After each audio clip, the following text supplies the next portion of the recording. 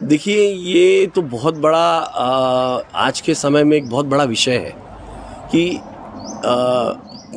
भगवा और संत इसका कोई लेना देना नहीं है मेरे हिसाब से। आज ऐसा हो गया है कि हर कोई जो पैसा बनाना चाहता है वो भगवा ओढ़ लेता है और बड़े बड़े कार्यक्रमों का आयोजन करके उसमें से बहुत पैसा बना रहा है। आप आसाराम बापू को देख लीजिए, हमारे सामने बहुत बड़ा एक उदाहरण है आसाराम बापू का। दूसरा उदाहरण बहुत बड़ा ज्वलंत है हमारे सामने, वो डेरा सच्चा सौदा के वो राम रहीम का। तीसरा उदाहरण है रामदेव बाबा का। रामदेव बाबा ये कहते रह गया है कि योग करो योग करो योग करो, ये सब जो भौतिक जो ये है उसमें कुछ नहीं रखा है, योग करो, हमको योग में लगा दिया और खुद बिजनेस में आ गया तो करोड़ों रुपए बना रहा है। तो जिस तरीके से ये एक नैरेटिव बनाया जा रहा है कि भाई भगवा पहन के आप साधु बन गए, तो भगवा पहन के कोई साधु नहीं बनता। ये जितने भी लोग जो दिख रहे हैं आपको साधु के वेश में, ये एक तरीके से योगी नहीं है, ये भोगी है। तो ये बड़ी बड़ी गाड़ियों में चलना, ये बहुत सारी जो फैसिलिटीज़ यूज़ करना और अपने आप को साधु घोषित करना, ये जनता को अब समझ में आ गया है कि ये हमको बेवकूफ़ बना रहे हैं, अपने आप को ये पावरफुल और स्ट्रांग बना रहे हैं, अपने आप पैसा अर्जित कर रहे हैं और जो लोगों को गुमराह करने का काम है। जय श्री राम जय श्री राम, जय श्री राम कभी नहीं हुआ करता था, वो जय सिया राम हुआ करता था।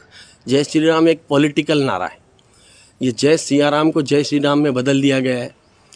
जो असली साधु होते हैं वो ऐसे ही भौतिक सुखों से दूर होते हैं, वो हमेशा एक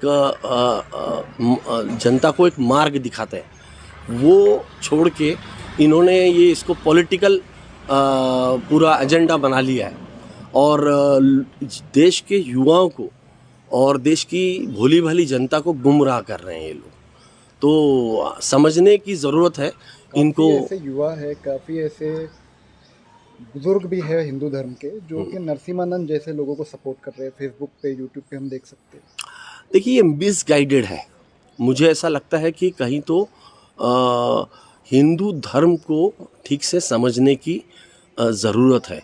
हिंदू धर्म कोई आज का नहीं है, ये कई सदियों से चलते आ रहा है और हिंदू धर्म जो है हमारा, ये बहुत अकोमोडेटिव है। ये ऐसा डिविजिव नहीं है। हमने हर किसी को हमारे अंदर समेटा है। तो ये जिस तरीके की राजनीति कर रहे हैं, ये जिस तरीके का हमें हिंदू धर्म बता रहे हैं, एक्चुअली हिंदू धर्म नहीं है।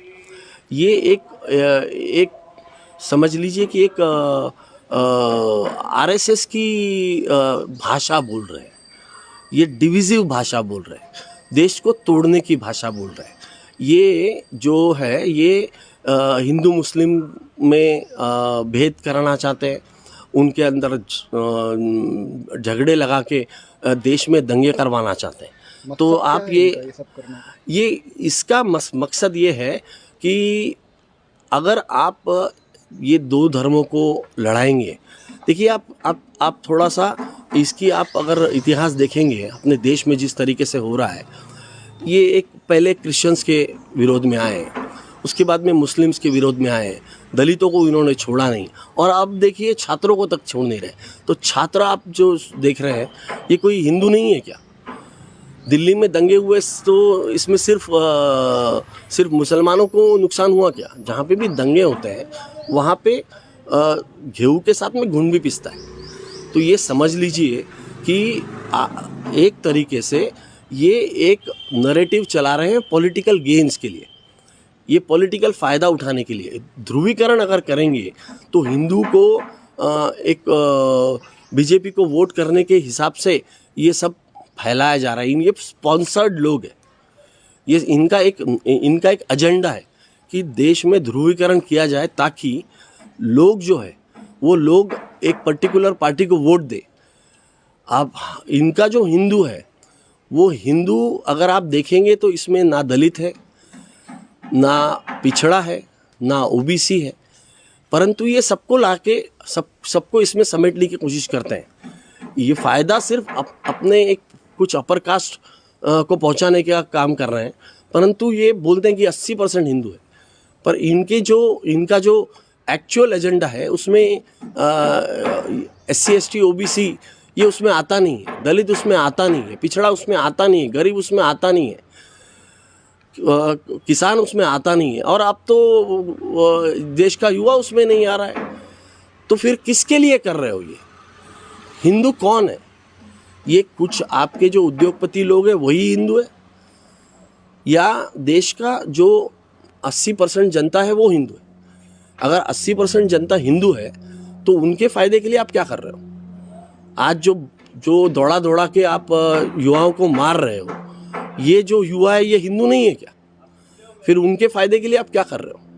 आप देश में जो गरीब है, जिनको आपने सैकड़ों हजारों किलोमीटर पैदल चलवा दिया, जो लेबर था, जो इमीडिएट लॉकडाउन लगा के उनको पैदल चलवा दिया, सैकड़ों लोग उसमें मर गए, वो हिंदू नहीं था क्या?